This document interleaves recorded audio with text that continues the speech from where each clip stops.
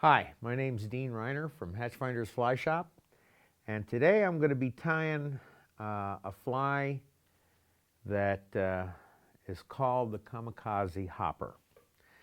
Now, believe it or not, I don't know who originated this fly, but I got it off a calendar, and I thought that really is a slick looking pattern.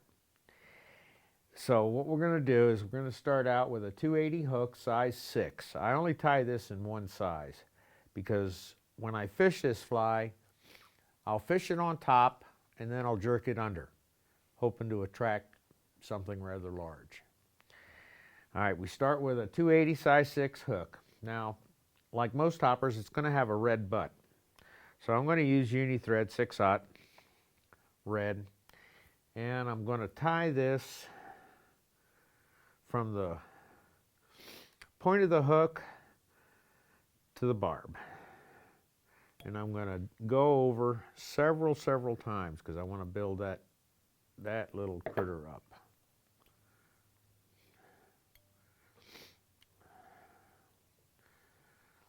I just want a red butt.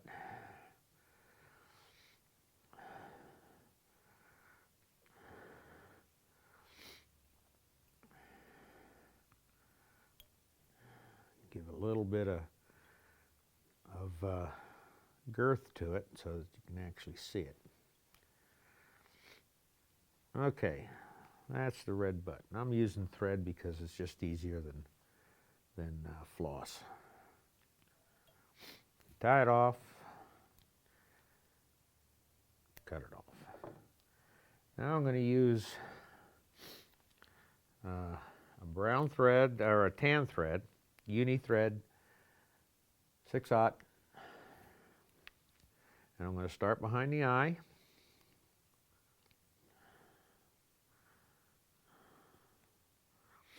Once I get my thread working all right, I'll tie my base thread right behind the eye. Keeping a rather tight wrap. I like tight wraps.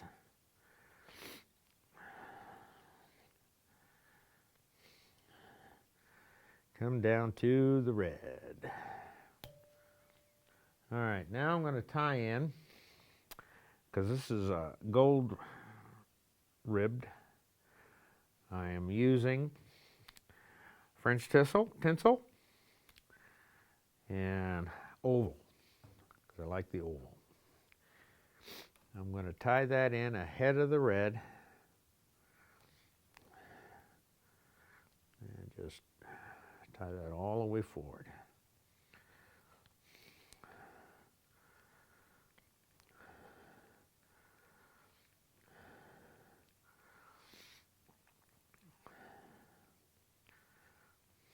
I fished this fly on the Yellowstone, and believe it or not, I've actually caught fish with it.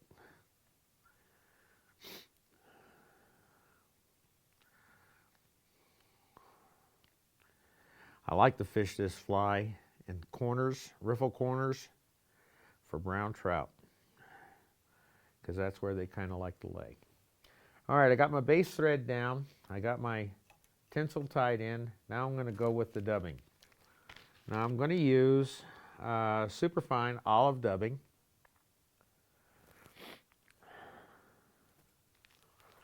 And actually, this is tyer's choice. Depending on the color that you want and where you're at, you may decide to tie it in a brown color or a yellow color, or actually any color that you like or think that'll work. Now I'm going to use a rather hefty amount of dubbing. I'm going to bring my thread forward because I always start at the top and work back. And I'm wrapping this rather tightly because I want a nice tight body. And I'll have to dub it several times in order to get it to where I want. I start up here and I'll bring it to the rear of the hook.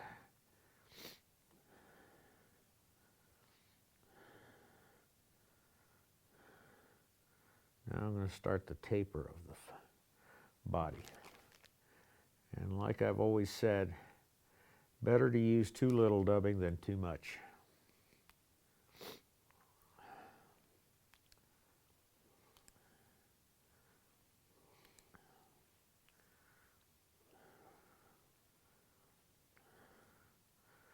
And I always kind of smooth it off with my finger.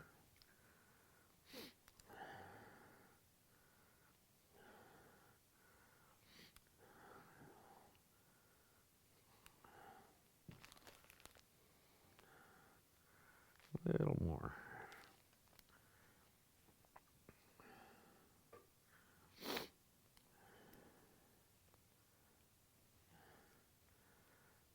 Okay, almost done with the body.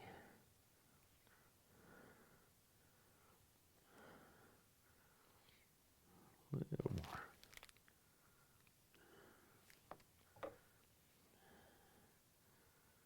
Now I'm about, not quite a quarter, 3/16 of an inch away from the eye.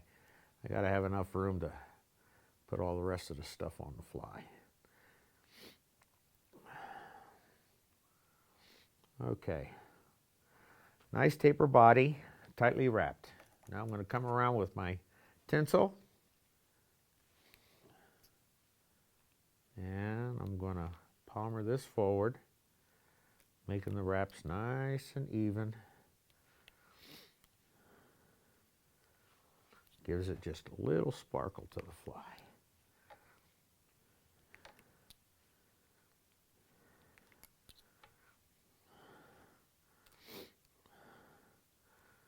Tie that off. A few more wraps, bring it back a little bit. Okay, now I'm going to put a CDC underwing. And again, I'm using Trout Hunters Premium Done. And there doesn't have to be a whole lot of this. I just want an underwing. So I'm going to take one feather,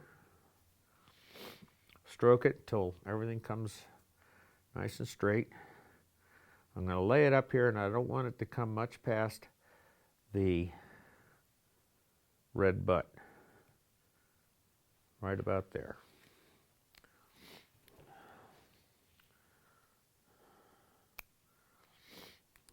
And I'm going to lay that on, keeping the feather on top. And tie it in real good.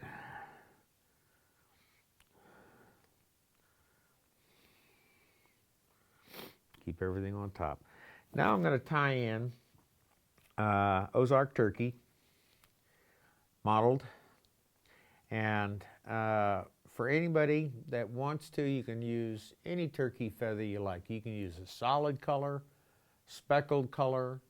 You can use a turkey tail. It's just according to what you like. I'm going to take a chunk of this. Now what I've done with this feather is I have treated it with lacquer thinner. So the feather stays rather stiff and together. And it's about a quarter of an inch in diameter to cover the fly. Put a little crease on it so that it stays on there, and tie it in very good so the damn thing doesn't come off.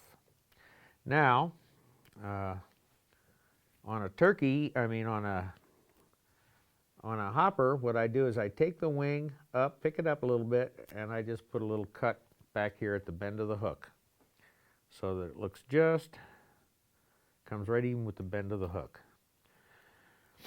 All right, now we're going to use some badger, and there again I use whiting, and you want a rather broad feather for this because you want this to lay back. So I'm going to pick out a nice broad feather.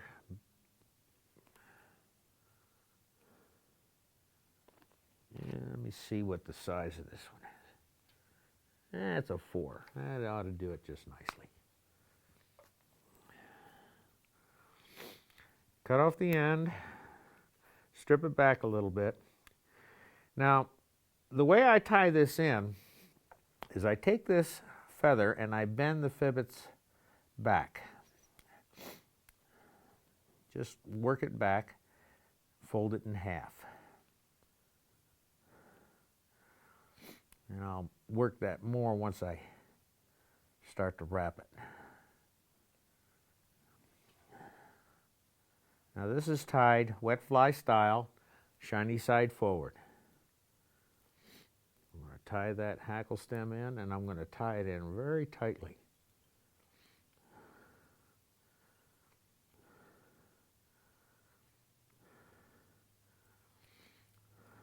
All the way down to the eye. Always remembering never to crowd the eye.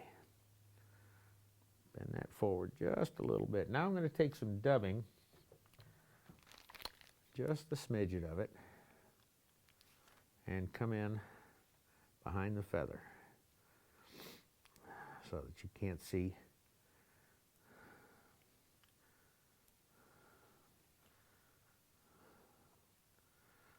And a little bit up in front too. All right, now I'm going to wrap this feather. I'm going to angle it back. I'm going to put about 5 or 6 wraps. See how the fibbits stick up? I'm going to work them back. Fold them back, making the wraps tight.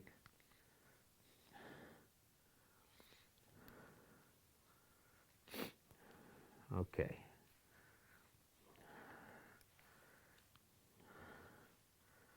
Tie it off good. And clip off the excess. Now, what makes this a wet or a dry fly, it'll float well, but what I'm going to do is I'm going to take all that hackle and fold it back.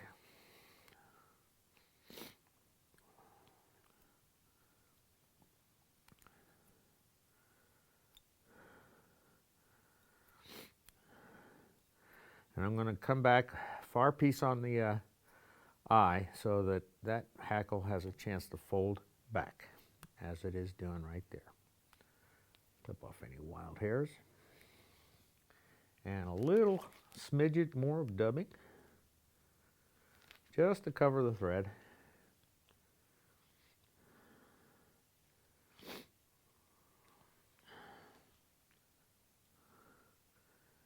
Start at the eye.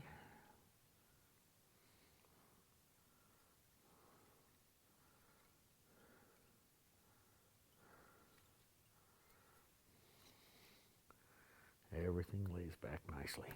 And whip finish it.